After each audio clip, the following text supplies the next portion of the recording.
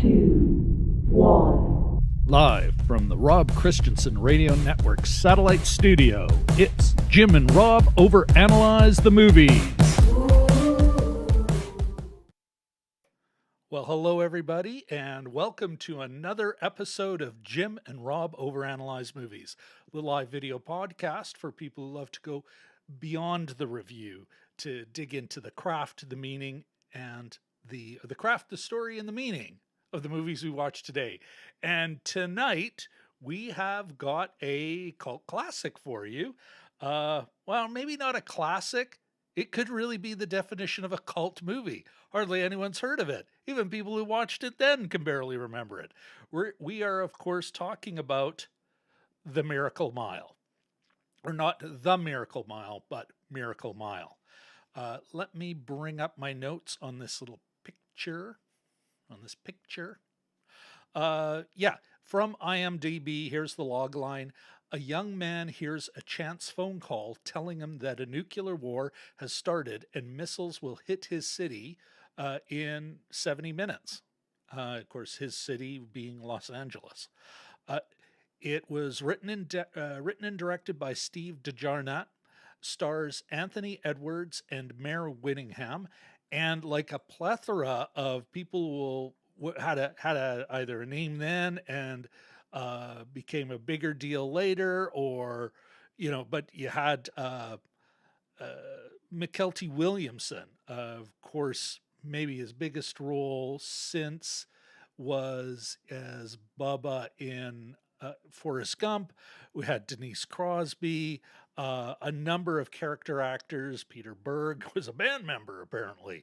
A number of character actors you'll recognize, and they'll come up in the course of our conversation. What else can I tell you? Let's get into the social nutrition checklist. And would it have qualified for a reframe stamp? No, it would not have. Mind you, it was a union-made picture? No, it was not. What about the Bechdel test? Did it pass the Bechdel test? It did not. And certainly, last but not least, is it a class-conscious film? I'm actually giving it this, and I'll make my argument later. Although I could see why others would be, what are you talking about, Christensen? But that gives us a full score, if I can, there we are, a full score of 25% for this 80s cult classic. That, interesting note, premiered at the Toronto Festival of Festivals, which is really that was what it was called. What was the Toronto International Film Festival was called since its inception into the 90s, I think. Anyway, so with that out of the way, I think it's time to welcome my co-host with the most, Mr. Jim Chaboyko. And hopefully I don't have him on mute. Check, chickadee check. Hello, everybody. Hey. How's it going? Oh, pretty darn good. How about yourself, my friend? Good. We have DMG on hand. DMG, can you hear me? Am I coming in? You know what? That's a great question. Yeah. Well, he's a reliable friend of the show, so great friend of the show. Yeah. You're absolutely right. Like half of our tech support, really. Yeah, exactly. You know what? You know what? I'm obviously you're not going to bring up your cue there, Jim. Oh, well, I thought we were going to... mail. Yes, we got mail. Sorry. I was expecting a couple extra lines, and then I was going to pop in and... Yeah, no. Maybe mention that Troy Kotzer, another friend of the show, won an Oscar last week, perhaps. That is correct. And as a matter of fact, DMG, and it will be coming out, DMG and I did do a kind of live to tape thing last week, just talking about the Oscars. And after some hemming and hawing internally, I've decided I'm only going to publish just the stuff we talked about, the actual Oscars. I don't want to give any more air to uh, to the slap. Um, Yeah. I think Kareem Abdul-Jabbar Hmm. and actually Jared Bauer. He was one of the founders of Wisecrack, the YouTube channel Wisecrack, kind of a weird pop culture philosophy sort of thing. He started his own channel. He moved to Helsinki, as one does, Yeah, of and course. he had a great video on, I think he was a little hyperbole, entertaining hyperbole, but hyperbole nonetheless, about the death of Hollywood. But he really does a great takedown as well, and I think those two cover the bases so much better. I'll put a link in a pinned comment after the show to both Kareem Abdul-Jabbar's wonderful Mm. article and Jared's great little video essay on just how ridiculous and offensive and awful it is. And yeah, it underlines my approach of the Oscars. Um, that I should said, mention Jim, that yeah, go Kareem ahead. Abdul-Jabbar is not just a single thread. He's actually written Oh, books about World War II. Like he's an historian as well. So uh, nice post game career there, oh, Kareem. Like he's actually doing some pretty interesting. He's like the Jimmy Carter of sports. yeah, no, great and great analysis. Like one of those things where it's like, if except for his sports career, all you'd think. Actually, I shouldn't say except for his sports career.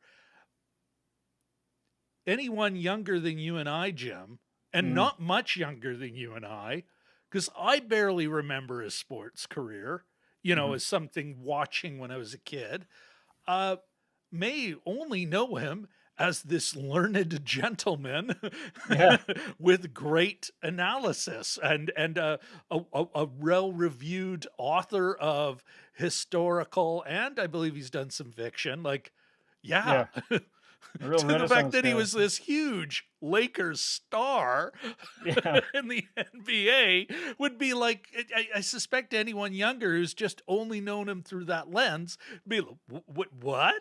yeah. What? Yeah, and um, like the biggest star of the time. yeah, But yeah. in any case, hey Rob, I have a question for you. Please, what is it, Did Jim? is there anything in the mailbag, or as it's known in French, sac postal? Well, let me go check. Okay. I have no graphics, folks, but you're absolutely right, Jim. There is something in the mailbag. As a matter of fact, as Jim had mentioned earlier, folks, we were fortunate enough to have a. And do I have? Yes. Remember, folks who watch the show regularly may remember that Flashback, um, the flick, the French flick, written and directed and starred. That would be the woman in the greenish yellow top in the very center of the poster. We took a deep dive into that movie, and in general, we enjoyed it. We liked it. We enjoyed breaking it down. We had a couple of notes, let's say. Um, anyway, of course, because I am obsessed with Twitter to my own detriment most of the Oh time, God. Yeah. I had responded to some tweet from another. YouTube service kind of company saying, "Well, what did you put up last week? We'll take a look at it." And because we're always looking for something new, and I just look at it as an opportunity, Jim, to promote us and our show, our little Yeah. Yeah. show. Uh, and I added her, so I did. I was like, "Oh well, my co-host Jim and I did her film, Caroline Vigneault's film," and I get this message from Jim saying, Holy crap, she responded. I was away from town for a couple days last week. My wife is in education, so it was Manitoba spring break, and I was out in the country with very spotty internet. but I managed to get some signal. And I said, oh, there's 13 notifications on Twitter, which is way more than I usually get. And one of them was a French actress that we just talked about for an hour. Not just any French actress, a French director. Yes, writer, yes. director, theater director. No, you're right. You're right. Yep. And former lawyer. I'm like, what? My cartoon eyes kind of went boing. And I was like, so I see this message, Jim, and all I'm thinking is, now all of a sudden Jim takes an interest in what I'm posting on Twitter. But I'm like, holy shit, click. And there it is. You're like, how did she put it? Something to the effect of, well, listen, hey, I saw it. Actually, screw this. It's not like I don't have a device that can't bring it up immediately. Because I wish to read this out. Because I have maybe read it a couple of times since. This, folks, is one of the reasons why we don't approach directors to be on the show. We don't want to be part of the promotion thing. Not because we're, so full of ourselves. It's mostly we're just, someone's paying attention to us. While you're looking for that, I'll just read Dragon Movie Guy posted, I was 14 when Kareem retired back in 89. As a point of reference, Kareem is the greatest basketball player of all time. IMHO. Well, just catching up with the chat greatest. I tried to punch the all caps words there. So yes, this is what she says, and I quote. Hello, I just watched it. Thanks a lot. Next time, you can invite me and I would answer your questions about Jeanne d'Arc or the Black Driver. Watch it until the end. I think you may have a surprise.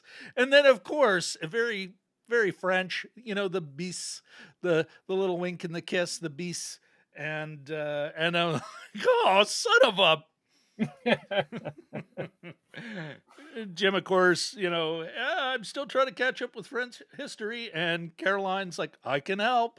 Anyway, the upshot of this, folks, is we will be, we have now exchanged, we've emailed each other a couple of times. She is going to be on the show. Sometimes she's got a big show, big theater live performance in the middle of April. So after that, we're going to have her on the show. We'll do a flashback. We'll flashback to flashback. Ooh, good one. I wonder if that'd be flashback, flashback. We'll find out. So there's the mailbag, Jim. Pretty good one. I got an email from a girl. A DM. Anyway. All right. Let's see. You know what? It's interesting. I'm gonna double check the chat here. I had it on YouTube and it's up there. Oh yeah, no, it's not refreshing though. Oh, I see. Yeah. That's this is my concern here. Why is it not refreshing? Bear with me, folks. I want to get. Oh yeah, it's like Jim. We got. Oh, there we are. Okay. I feel much better. Oh, and so I guess this is now our opportunity to welcome some folks. First of all, let us welcome Dragon Movie Guy.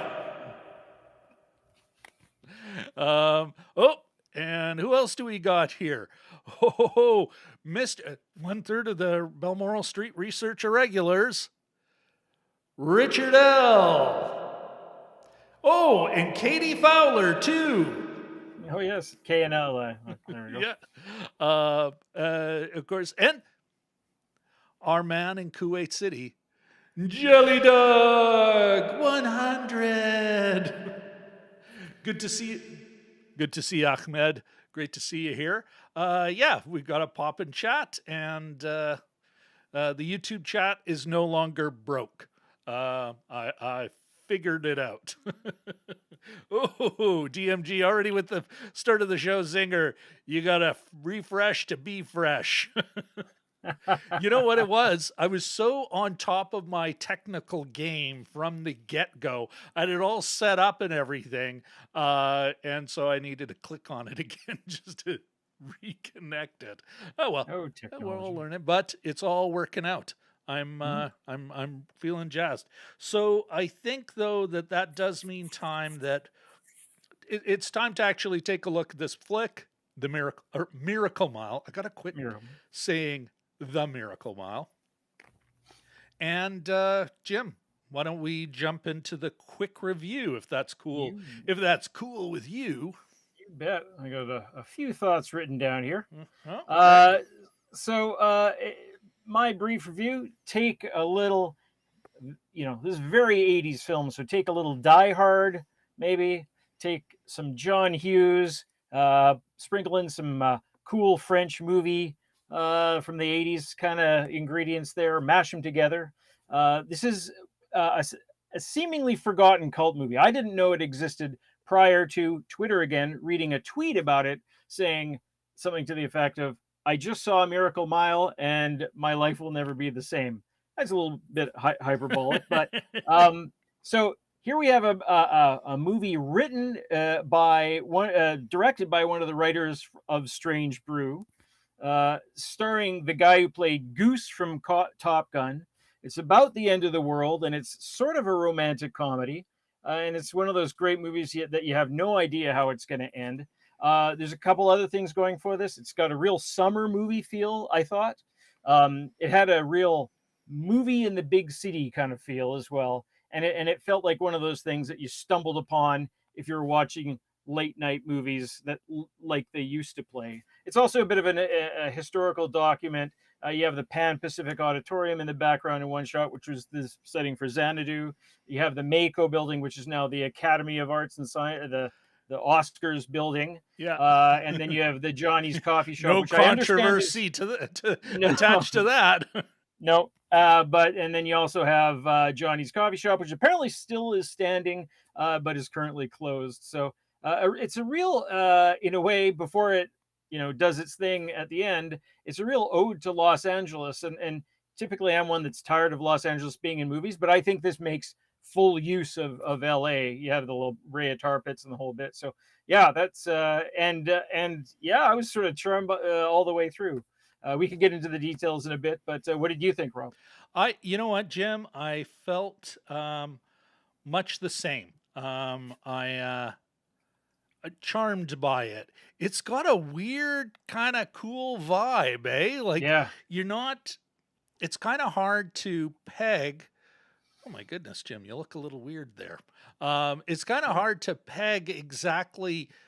I don't know about you. I was like, it was all the stuff I looked up. There's apocalyptic thriller, and I'm like, I don't think this is a thriller. Yeah.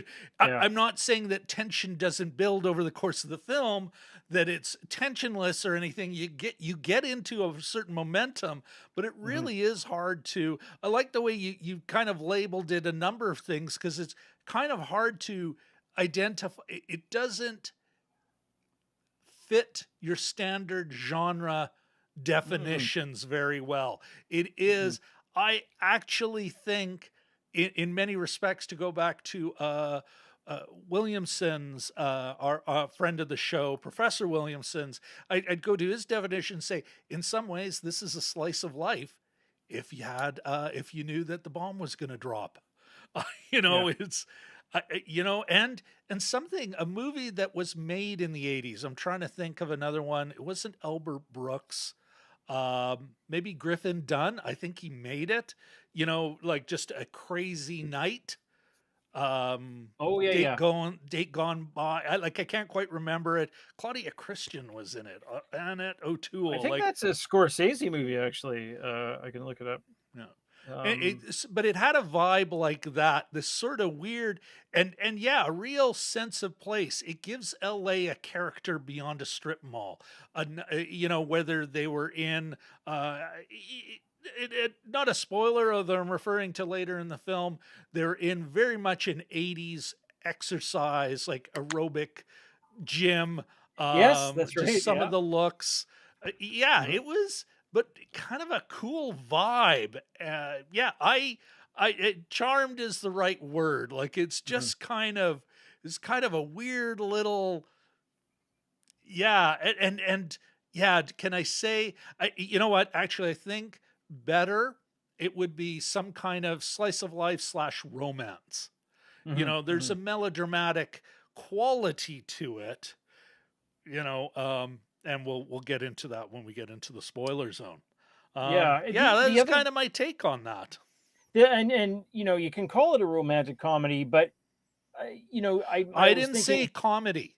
yeah, yeah, I no, want to no, but underline that. Like there's yeah, I wouldn't a even call it that. romance. Yeah, but I was thinking, did I laugh out loud once? Doesn't mean I wasn't taken by it, but was there anything that was like, knee slappingly funny? And it's kind of not that kind of movie. No, Like actually, After Hours is the movie that you're you thinking know of, what? and it was Yes, a Scorsese movie, and it does have that. I agree with you. It does have different coast, but same kind of vibe. yeah. Yeah, yeah, no, Like giving late night, like after hours vibe to a city. yeah. Going back to, you know what, I'm thinking, and Katie Fowler's the one who introduced us to this term when she was a guest co-host talking about Greenland, cold comedy. Oh yeah. I think that kind of a French description, Mhm. might fit this movie really well. Um, yeah, I don't know. It was a weird, cool, kind of vibey flick. Yeah, cold comedy, some romance, slice of life, weird slice of life, but slice of life that nonetheless. Yeah, and the best footnote, the strangest real life footnote, is I don't know if you're reading up on the gossip afterwards, but after being married to different people in between 1988 and now, Mare Winningham and Anthony Edwards met again recently and eloped, and they are currently married as of 2021. No way. That Yeah, is so. That's pretty cool. yeah, yeah. Yeah, I read that. I was like, oh, That's a nice yeah. dude. That's way better than my hey festival of festivals. Well, I'm no. It all tells a story. It all tells the story. Okay, let's. You know what? I think, Jim, that means we are though ready for. Mhm. Are we? Are we ready for the spoiler zone? I think we Oh are. Eh? yeah, yeah, I think so. Hard to avoid with this one. Off to the spoiler zone. All right, Jim. Why don't you kick us off with the craft? Sure. I'll throw it out a few points here quickly. I thought the leads were great. I thought Anthony Edwards and Mare Winningham nailed it. I believed their romance. In a way, I'd have to watch it again just for their story, as opposed to all everything else that's going on, because it was uh, really quite poignant. I think. The Yes. So I'll leave the acting there.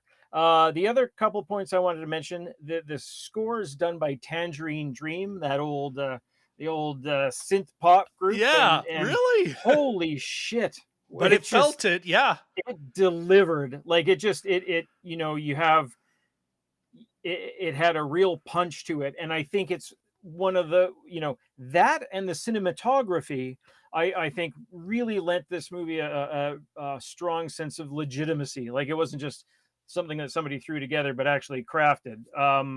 And some of the shots, the couple meets at the La Brea tar pits, and there's one sort of low angle shot looking up at Mare Winningham, and she's got the tusks of a mammoth sort of behind her, and you think these are some pretty decent shots for kind of a what I expected, and the whole movie was like that. Like once in a while there'd be some amazing shot, some just really great visuals. The other thing I'll say too that sometimes gets under noticed, the stunt work was really solid, and some of those things were close up, like actors cutting across and some sort of scene of a riot, and something happened, a bike crashing right in front of them. There was also a car going the wrong way, and it almost hit it. Like there's some pretty tight stunt work in this movie. Not a lot of it, but And I even when I those was two pretty impressed. police were, you know, Yeah, yeah. um, So those are my points. Those are the ones yeah. things that I thought really stood out and gave this movie a good sense of a muscle, I guess, for lack of a better term. Like that muscle. Sorry, Jim. I'm trying to adjust Picture? your picture a little, and Yeah, I was screwing sure. with your headspace. Headspace. While you're doing that, I'll Um, just mention no, that the no. cinematographer was Theo van de Sande. I'm pretty sure I'm mispronouncing that, but sounds like a Dutch cinematographer. So You know what? For myself, Jim, I felt. How can I put this? I'm wondering. Okay, it came out actually like it was produced late '80s, uh, premiered in 1988 at in the fall, the Festival of Festivals, Toronto International Film Festival, released in May. So back to that summer film reference, released in May in theaters Mhm. in '89. But in some ways, it already felt almost like at least some of the fashion, and it was good fashion, Yeah, but it felt almost like it was already getting into a critique of '80s fashion. Like everything's it's a lot of color. When mhm. they're wearing a color, they're wearing the Yeah, shit out of that color. yeah, yeah. Um, so I thought that was, the costuming was kind of part of the, they were going for something there, Mhm. which was kind of neat. Um, it definitely, in choice of, the La Brea tar pits, like some of these places, uh, these locations, especially at night, not one, I don't even think there was a shot of the Hollywood sign. No, Not one no. shot of the Hollywood sign, not one drive on Mulholland, not one winding road experience. It's Nope. all downtown, you know, Los Angeles, Yeah. Hollywood, I think. Isn't that where the Miracle Mile is? Like it's actually in Hollywood. I don't They know. kept on referring to the street, but I forget. Yeah. I think all the addresses were correct too, and they had Yeah. the addresses of the buildings right there. And yeah, there Yeah. I looked them up on Google Street View afterwards, and Yeah. yeah, they're all the Yeah. apartment where she lived with her grandparents, etc. Who knows? Maybe somebody in the chat is talking about that right now. Oh my gosh, look at the Uh, yellow and all kinds of colors.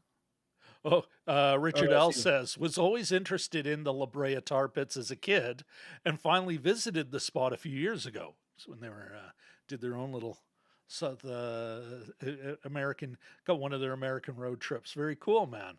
DMG says, if it's hard to peg something down for people from Winnipeg, you know this film is hard to nail down. I need a rim shot, Jim. um, yeah, you know what? Yeah, acting, the performances are all solid. Even the bit players are like, there to deliver.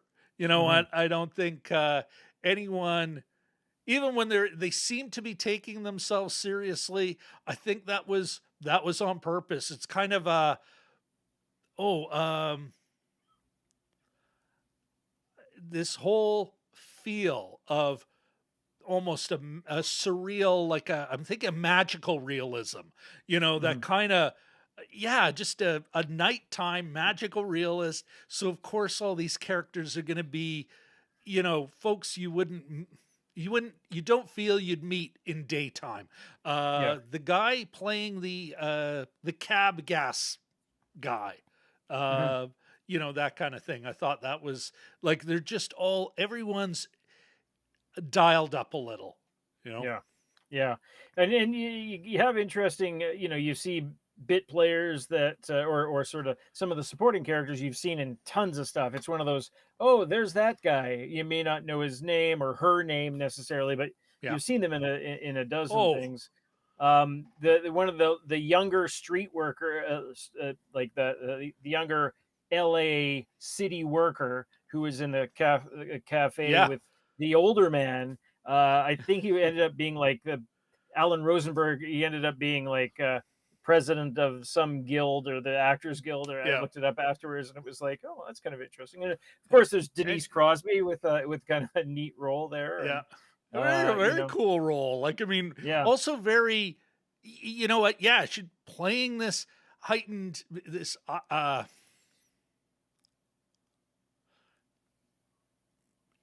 it's the word I'm looking for, Jim. Yeah, very mid late 80s power suit.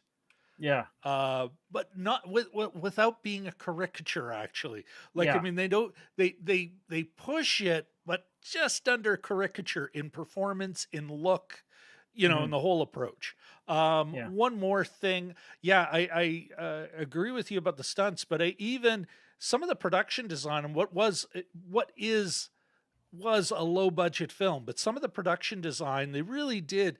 They got a lot out of it. And I'm thinking of when the guy was trying to, right at the end, and you get that big car smash, you know, and the guy's shooting at him and he's chasing him just because I'm out to Oh yeah. kill and crawling. And that's like a great bit of almost out of, Escape from New York, Okay. Yeah. in that Yeah. kind of vibe, in that crawly look around, except that he's in this almost like laser, this shiny, silky blue suit, and Yeah. it was Yeah. cool. Yeah. All right, Well, and further to that, when our friend, what was his name, Wilson, crashed into the clothing store with the police car, it goes yeah, all the way. It doesn't go 10 feet in; it goes all the way yeah, through the store to the end, and that was kind of interesting too. yeah. Anyway, go ahead. Let's get into story now. Sure. Yeah, I don't know for myself, Jim. I I cannot. Yeah, it was solid three acts. You Hmm. know, like Hmm. and yes, you do, and maybe that is the benefit of the way they chose to. Yeah, again, that magic realism, and kind of abusing the term. I'd be hard pressed to. I would be hard pressed to define it like in a, you know, in a literature course, but Hmm. I think I'm on to something there. And what that allows you to do is sort of buy some of the other elements that you'd otherwise like, oh, they fell in love in a day. They, you know, which are pretty standard tropes. Yeah. But it's for some reason, it feels okay in this. There's Yeah. this like fantastic element to everything. Um, I also like probably people, although who knows, like given what's going on in Ukraine, what's going on, the war in Ukraine, Yeah. the war between Ukraine and Russia, that maybe people are thinking about this again, but very much of our time, Hmm. the threat of nuclear war, you know, Hmm. and that we wouldn't, and the worry that we wouldn't know about it, we wouldn't hear about it. It would just, well, I guess we're all going to die now, you know. And that kind of, though, I think that story choice, that sort of trigger for all the action helps the, uh, helps the, or well, I guess, is it the trigger? Or is it the first big obstacle? You know, it, it helps us buy a lot of stuff we may not otherwise buy. Uh, Yeah. and I really, really love the gutsy end. Hmm. You Yeah. know, that they did not. This is not. It's poignant. It's melodramatic. Yes, he achieves his goal, but not the goal. You know, like only his basic goal. Hey, I wanna get. You know, I'm like, I want to get to her. I want to find her. I want to be with her. But there is no grand rescue in the end. There's no, you Hmm. know, even though at the end, like a great melodrama, that moment of, oh my God, the guy, the workout guy, Yeah. the workout guy slash pilot, the gay workout guy slash pilot, Oh uh, yes. Yeah. Yeah, that's right too. you know, came back. I said I'd come back when you've been sort of starting to believe that everyone by this point, it's like, no, everyone's shit. No one comes back for anyone. that you're just going to be abandoned. And he comes back, and it sort of restores your faith in humanity. And then, of course, the bomb goes off and they die. A Yeah, yeah, gutsy choice in the La Brea Tar Pits. yeah. It's like Where it started from. awesome, Well, and that's the awesome. interesting. That's the interesting thing too, and they do this a lot in movies where they just show, It's where they the fell in actor. love, Jim. It Not just is, where it started. It's where they fell in love. but it's also you have blank-faced Anthony Edwards who's watching their little educational show, and it's about how did life begin. It began with the one cell. That cell learned to reproduce and became more complex. And so right there, Cosmos, the beginning of you have the Cosmos, they just used somebody different to. yeah, you just have the sort of that circle of life, Yeah. quite literally, I guess, even before Lion King. So and yeah, there's a couple echoes too throughout it. When the Yeah. gas station explodes, it's a little mushroom cloud, and of course later on we have the other one. But there is an article online, and you can look up Miracle Mile and Happy Ending, and apparently there was quite a great amount of pressure for them to say, okay, can we pretend this is a dream sequence and he wakes up? Or and one of the other options was they were going to show them both as diamonds, that they'd harden into diamonds later on, to give it a little bit of, they still die, but there's a little bit of hope there as well. So Yeah. I first of all, I am glad they made this call, that they made this choice. yeah, It's interesting though. You talk about that, and I think of the way Spielberg ended AI. Basically his take on Pinocchio. Yeah. Which I still think is just one of the truly, maybe not perfect film, but a brilliant film. It gets me every time, and I am okay with the ending. I get it. Most people, it was confusing, and who were these aliens? And it's like, oh, have you been watching the movie? But that said, I think, and I get why Spielberg did it. Here's what that could have looked like if they didn't. If they just, and hey, we dug them up. Yeah. How does it end again? Just quickly, he AI goes back. well, Yeah. he gets frozen. Millennia later, he is revived, and it is what it is that the earth has been taken over by the robots.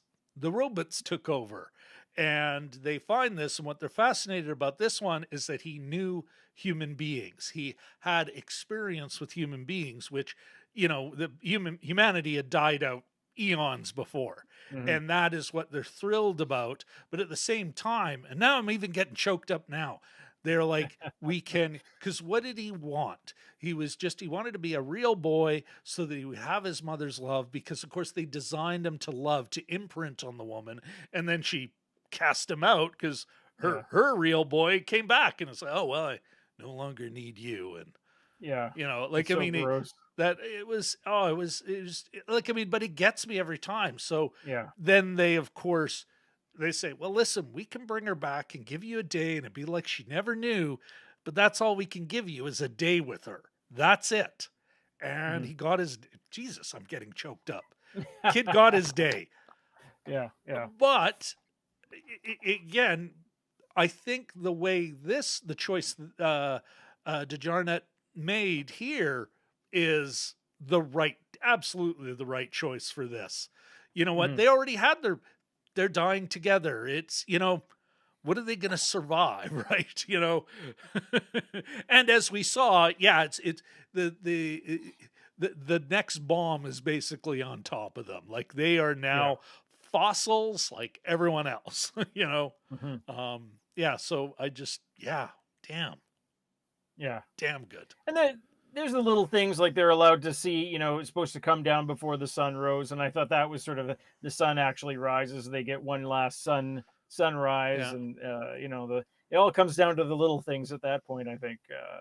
And they, like her grandparents, they are able to, take the passage together, essentially. Exactly. All right, Jim. Why don't we? We're clipping along. Is there anything else you want to add on to story before we get into Just the meaning of this film? just one little bit You bet. is that there was that kind of necessity. It's like, okay, we have to split up, but let's meet back in 5 minutes. It's that kind of thing. That's just, why are you splitting up again? It took you too long the first time, but that was about my only thing. Is like, why are they doing this? But just hang out together. And yeah, Yeah. and of course, then one wanders off. No one ever Yes. sticks. It's like, can you just wait here, please? Mhm. Up, you bet. And then they run off. It's like, are you kidding me? And this is pre-cell, or mostly pre-cell phones. Denise Crosby's character Landa has an old shoehorn, The with a brick. shoebox Yeah. one, the Yeah, brick, the yeah. brick. But like Mulder and Scully did in those first few X-Files. But yeah, And they make that gag, the gag with the the ex who arranged all the stuff and ended up popping pills. Great character actor whose name I can't remember. He it's forever stuck to the side of her head. yeah, oh, yes, yeah, Like even in the yeah. mid and late 80s, they were like, people were That's a good already. point. He's like, can you just put the fucking phone down? Yeah. That's a good point too. I didn't even think of that. Yeah. We got a couple here before we move on. Before we move into the meeting, a couple of comments are popping up in the old chatteroony. We've got Walt. Oh, Why yeah, hey. not? Walt. This is my Oscar. Who is now changed to Walt 65. He's no longer Vlad 65 is out. Walt 65 is in. Walt, great to see you here. He says, Walt 65 says he hated the soft AI ending at first, but Spielberg was being true to the Disney original. It was the right choice. And I'm not sure if you knew this, Walt. Actually, you know what? I'm going to keep reading. And sad, tragic endings disappoint test audiences, but they are almost always more memorable in the long term. That's an interesting point. I remember when the film came out, a lot of talk was about that. And Spielberg, and this could be an apocryphal reference, but he was quoted a lot at the time saying, I'm never going to make a movie with a kid where the kid, like dies alone. That's just not my thing. Something to that effect. Like he really, and this certainly fits everything he's done. He's very sensitive to how a film ends for children. So I could totally buy that. I just can't remember if I was really reading that as a quote or something somebody said that he said. But that's a really cool point, Walt, that you talk about that tragic endings are more memorable, even though test audiences hate them. I'm wondering if we could get some metrics on that, but that's a great point. DMG says AI was Spielberg picking up the mantle of Kubrick after his death. That is absolutely correct. Kubrick had developed the project, but never got to develop it. I believe you mean produce it. Yes. Hence, didn't feel like a Spielberg flick. I think it was a neat mix of the two. He didn't like the AI ending. And nobody liked the AI ending, apparently, except me. How were the tar pits, Richard L? That's a question from our host to Richard. We'll wait for Richard to chime in on that. All right, folks, we are now going to... Yeah, now going back to Vlad's comment, I'm thinking of Dr. Zhivago. And what if he caught up with Lara? Oh, yeah. Would it have been? And I think that going back to Williamson and his definition of not melodrama as a genre, but melodrama as a story kind of style or story. I mean, he describes them in his book as pathways. And melodrama is a pathway, and it's about the suffering of the main character, and at the end they are damaged by the journey. They may achieve their objective as our hero Anthony Edwards does, whose character name I can't remember, and I'm not sure it's important. Harry. Um, Thank you. What is a great? What is he? A Miller impersonator, right? Like a And he weird plays kind the of. trombone. That's a As a fellow trombonist, I highly approve. But that's I'm thinking about that, and it's yeah, he does achieve his objective, but he is damaged. It's the briefest of wins. Like it's not a happy ending. Mm. There is no Deus Ex Machina, or the Deus Ex Machina is not what we were hoping, which makes it all the better. So, all right. Vlad is too close to a certain world figure, hence the tag change. Je comprends. um, King Kong, the Third Man, etc., downbeat endings. GWTW. Gone with the Wind. Thank you. Although I would argue on Gone with the Wind. You know what? The whole it's. I think Scarlett O'Hara's is like, I don't care. Oh, you do a part 2, and it's like Scarlett's like recovered. But that could be also just my interpretation of the force of her character. All right, let's get into the meaning, Jim. I want to start it up a little different this time, and Okay. ask you. Like, I mean, and we can still do our classic stuff here, but what is this movie? How can we apply the lessons of this film in our day-to-day lives? About the only thing that I came up with, I'll start it off by explaining an experience in my own life. I was working in a restaurant in Vancouver one summer back. I'm right around the time this movie was released, actually, 300 million years ago, and it, it was my last day at the restaurant, and one of the guys who was an actual chef, he said, "Okay, I'm going to show you how to do this," and I said, "Well," and I guess my comment was pretty immature, but I said, "Yeah, I'm leaving today." He goes, "Yeah, you're not done learning though," and so it's that sort of like Ooh, even until the end. His name is Paul, so thank you for that life lesson, Paul.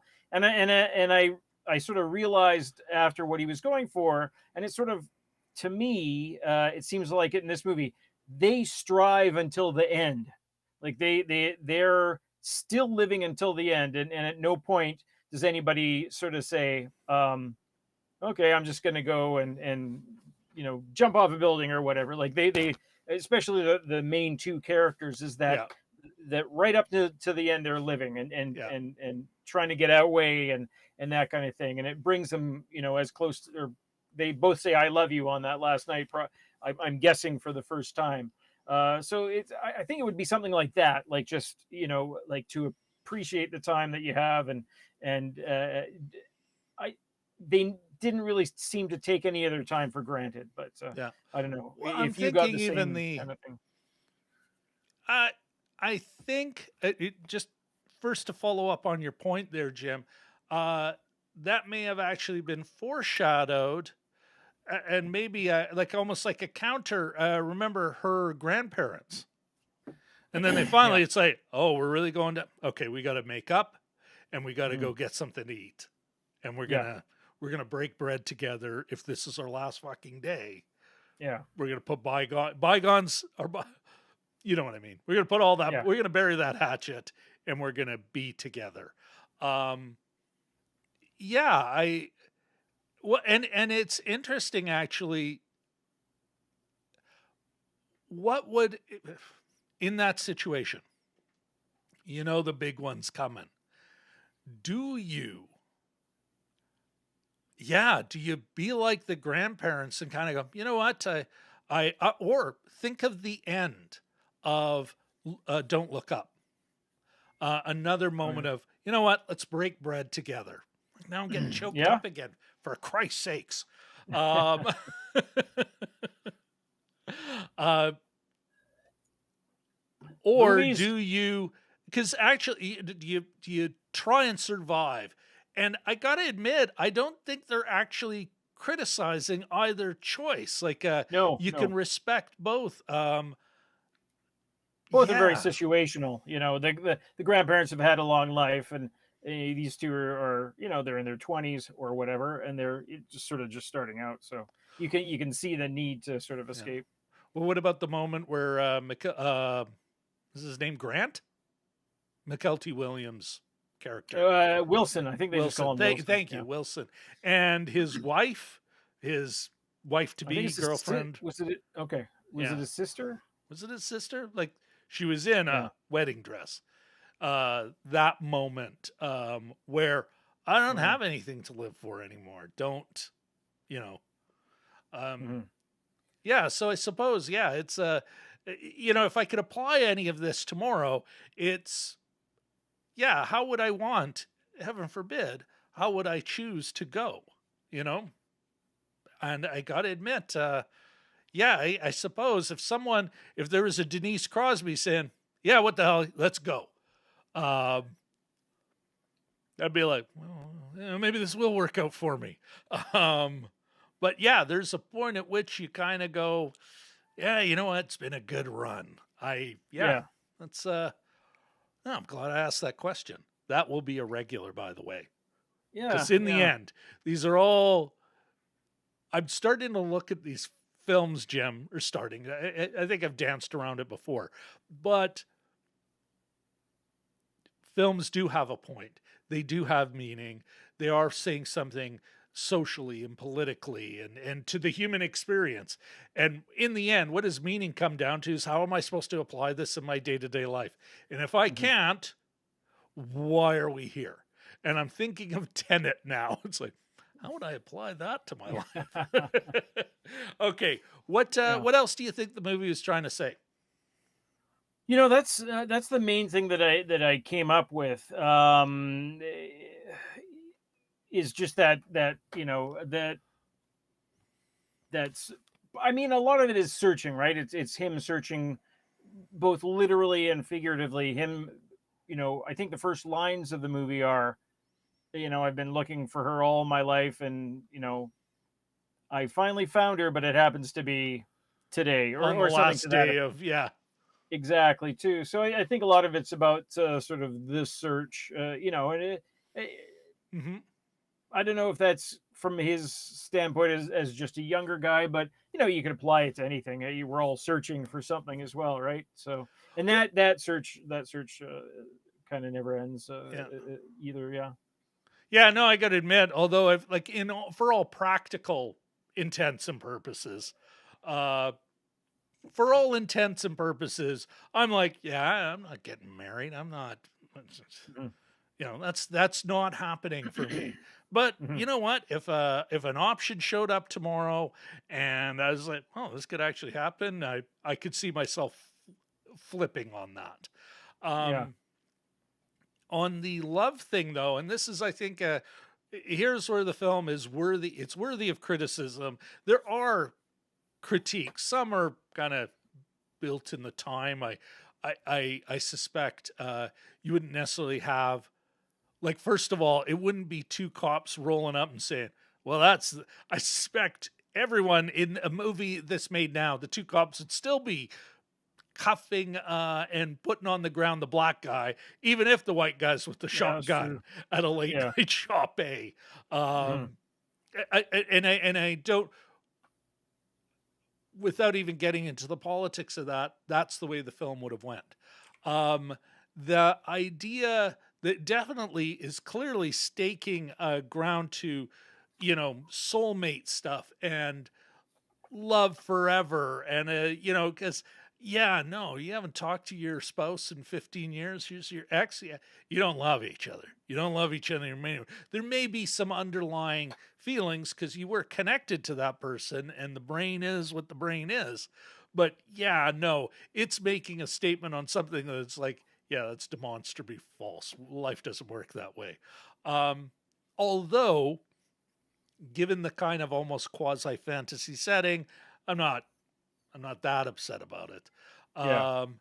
I think, I you know what? It'd be interesting to hear from the chat on this. I again, you know what? Uh, African Americans, the two we see, one's a criminal, the other guy is the one who pops off with a gun, you know, um, so it might have been. It's like, do they both have to be that? Yeah. But I'm wondering how people felt about how the women were presented within it. What One of the things I really enjoy, and I think this part of what was, whether they were doing it on purpose or not, and why I think it's a class conscious film. I'm not Oh, saying yes. it's making a big analysis, Jim, but I felt it was class conscious because everyone in that food truck, the whole all of society, they weren't. There was Everyone seemed to kind of have a weird part, even if it was kind of a comic part. The Yeah. homeless guy gets in. Yeah. Like they're all like it is people you would expect in a late night diner, and it's how you think that would roll out. And even even Denise Crosby kind of, well, these are the people I'm with. I guess this is what we're doing because Hmm. I need to get where I need to go. um, Yeah. I didn't. And another thing I think they were kind of no heroics. I'm not saying that Harry's character was a coward, not at all. But Hmm. no, we gotta go, and I'll take charge, and and Yeah. oh, then we lose some people. This isn't that. None of that. No heroics. This is not an action. This is Hmm. not an action thriller. This is regular schmoes, either trying to survive or trying to find their loved ones, just trying to get through the night. And there is something just so honest about that and so real, and not just a bunch of rich people over here and then there's the wretched poor. Like it Yeah. Yeah, so I do, I think it's at least conscious of class. It's not saying much about it, but actually allowing it to be in, kind of like we saw in Caddyshack, some of these Hmm. other older films where it's like, oh, that's actually a working class person. I know that person. It's part of my own lived experience as someone who grew up in Winnipeg, working class. So yeah, what do you think about, maybe not so much the class stuff, but what oh, where am I going with that? Well, I can say I did. That's one aspect of it that I really did appreciate, is that Denise Crosby's Landa didn't sort of get the information, figure things out. And I thought she was sort of gathering her stuff there. I thought she said, you know, see you suckers. But no, it was more of a collaborative, like, all right, who's coming? And it was like the cook, the waitress, The drunk at the city bar, workers, the the one of the city homeless workers. guy. Yeah, the homeless guy. And it sort of Oh, that's added, it right. was Yeah, like, one of them. because the other one just goes back to his job. They sort of showing the diverse, I guess, variety of how these people reacted to Yeah. things. And Anthony Edwards is running people down in the street, going, "Are you? Do you know how to fly a helicopter?" And he comes across the this city worker, and he goes, "Ah, for you again, fuck off." And yeah, that was kind of funny, but. Yeah, no, I really I thought that was an atypical approach to Yeah. that aspect of it. I thought it was, and you didn't have that, just because she was dressed fancy didn't mean that she was like, you guys are on your own. They were a collective group, and we were all going to get to safety somehow. And let's say a take charge woman, Hmm. but and again, another what we noticed in like Bonnie Bedelia's portrayal of can't remember the character's first name, but Janine Guerrero. Oh Because she went yes, back to yeah, her maiden name in Die Hard.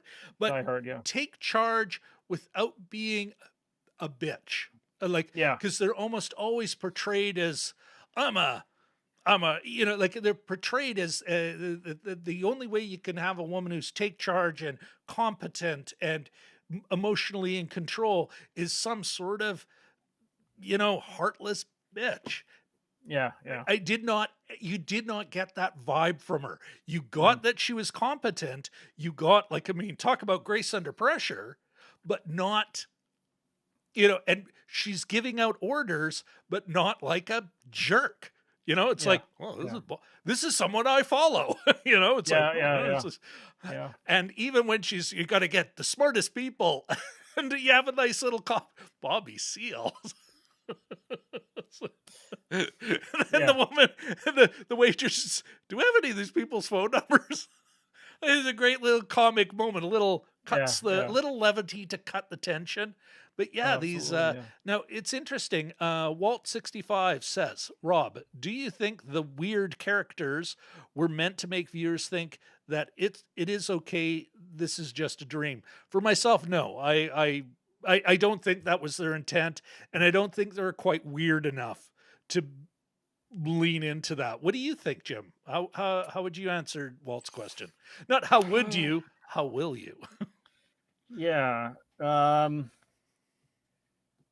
yeah, that's interesting. I mean, the whole thing had a kind of a yeah, that is a good question. Yeah. Yeah, anytime you watch a movie, you're always watching like it seems that it's almost like it's frozen in amber, and you get certain aspects of it where you're going for one thing, then it changes, and but that that pathway is sort of frozen, and then it goes in Yeah. another way. Yeah, no, it was yeah, that's a good question. I'm not sure how to answer that actually. Now we can go back to it, maybe in final Yeah, thoughts. Which yeah, and yeah, we should move forward. We have sure. broken our hour moment, so I think it is time to get into Uh-oh. the our own denouement. But first, then of course that means we've got to Right. talk about uh the movie we're watching next week. Jim, I had to make a call. We have not Yeah, talked about it, good. so I've I've I was I've I've scrambling made there. this call. Okay. Folks, for those of you, next week we're going to be looking at a film that just premiered on Netflix the other night, Friday night, April Fools, no less, called The Bubble. Oh, Starring Karen Gillan, a bunch of Keenan, no, not Keenan Ivory Wayans, John Keegan. Oh, all right, I'm going to screw up everyone else's name. Um, but yeah, it looks kind of entertaining and light and fun, and unlike the Oscars, where those stars are too sensitive that they physically get violent when they're being made fun of, here's a film sending up film production and movie stars, which I think I think that just is a good thing. Plus, it just looks fun. it's in the Um, top 10, evidently, of Canadian views on yeah. Netflix this weekend, Well, there according to you Netflix. Well, there you go. So yeah, next week, 9:45 p.m. At Central Daylight Time here in Canada. Of course, we're Coordinated Universal Time -5. And what else do we have here? Yeah, Jim, are we going to give? Sorry, my friends. Are we going to give? What are we saying about the director of this of Miracle Mile? We're giving the director a pass or a fail. Yeah, well, yeah, definitely, definitely a pass. I agree completely. Now, before we get into final thoughts, let's go back to the chat. There's a few other things going on and see if we can't catch up with them before we move into final thoughts and wrap it up for tonight. Let's take the movie off there. Okay, we've got an interesting comment from Walt. Um, just referring to what's actually here. It's the movie. First of all, referring to the movie, DMG and him have been going back and forth about, basically, referring to what's going on in the Ukraine. Again, the war in Ukraine, the war between Ukraine and Russia. Um, let's call it what it is.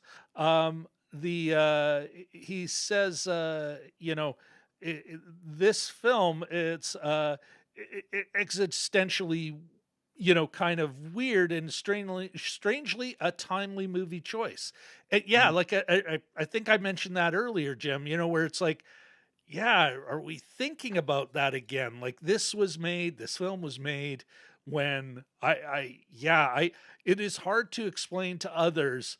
It's like just how much the threat of nuclear war, nuclear destruction Mhm. was top of everyone's mind for a couple of decades, maybe even Yeah. 3 decades. Um, you know, um, then you know what? Is Where is it? Okay, to what Death of Stalin, blah blah blah. McKelty Williams. Okay, on the weird characters made 3 years after hours, which has had a somewhat similar idea. Absolutely, that Mhm. again something referring to. It's got a that sort of.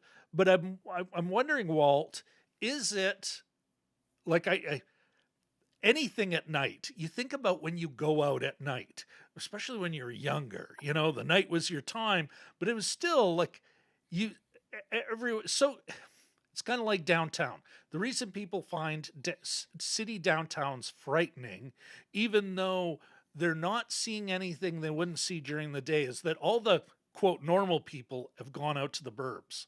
And Mhm. all that's left it's the same homeless people that were there during the day. You can just see them now. It's the Mhm. same poor people. It's the same. They just become more visible at night. So I'm be wondering what you think about that, Walt.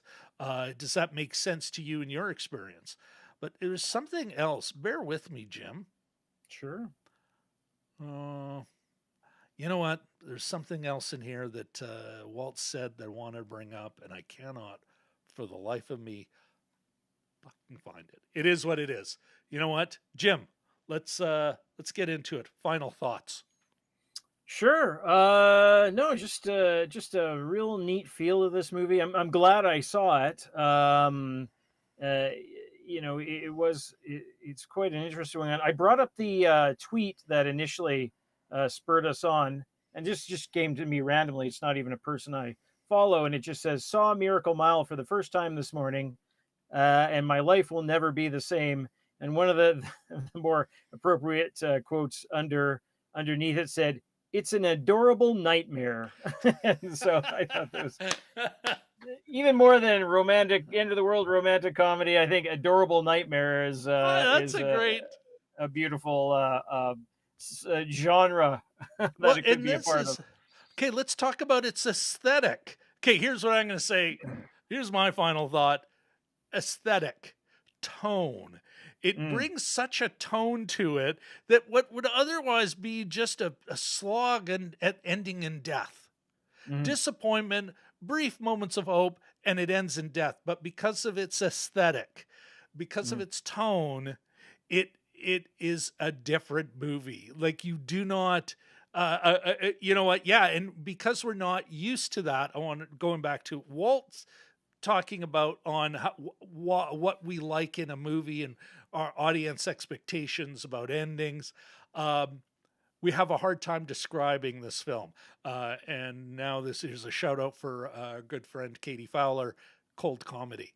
This I think would be yeah. it'd be interesting to find out what the French think of this film. Perhaps we can ask Ms. Vigneault when she's on the Madame Vigneault when she's on the show later in April or early May. Stay tuned, folks. Oh, which of course reminds me, Jim, Mm. if you haven't Oh, already, please hit the like. Uh, if you haven't already, subscribe. And last but certainly not least, especially because you don't want to miss the Caroline Vigneault interview, ringing ding that bell. And yeah, the opportunity for yourself to ask her questions. The yeah. Oh, questions yeah. if Jim and I don't suck up all the time and basically leave you all in the dust. You are the best chat on the internet. I could be that selfish though. All right. Walt. reviewing Dambusters, I noted that the film was somehow more compelling as the raid happens at night. So yes, uh, and I'm gonna end on his third comment, his third last comment. But he also says, Rob, repeating, the movie also resonates as we've had as we all have all had disturbing dreams in which we're trying to get somewhere and never can, like After Hours. You bet. Um, and it reminds them of earlier Titanic movies where people seek others so as not to die alone. Yeah, you know what? As well, yeah, again, the tragedy in Ukraine. You know, people are going through that as we speak, and other conflict areas, other war zones. It's not pretty it up. War zones. Um, let us end on this note. One of the reasons we did see Flashback a couple of weeks ago, goodness, we need fun movies these days, and I wholeheartedly agree. Yeah, good comment. Yeah. All right. Again, folks, next movie is The Bubble. You can see it on Netflix now. We'll be here. I guess it'd be April 10th, 9:45 p.m. Central Daylight Time. Yes. Now let's maybe go through the. Let's go through the chat and say again, Walt, great to see you here, man. Really appreciate you chiming in, especially on this film. Really appreciate that. DMG, always great to see you. Always love the zingers you bring. We've got Richard L. and Katie Fowler. Again, great to see you. Thanks very much for commenting. I note, Jim, I don't know if you noted, Richard did. I've got the comment here referring to your question about the La Brea tar pits. Really cool, especially the open tar pits outside. Hey, dare you to take a step in. Inside the museum were lots of skeletons of wolves, mastodons, saber-toothed cats, etc. So this is again another reason why they're the best chat on the internet.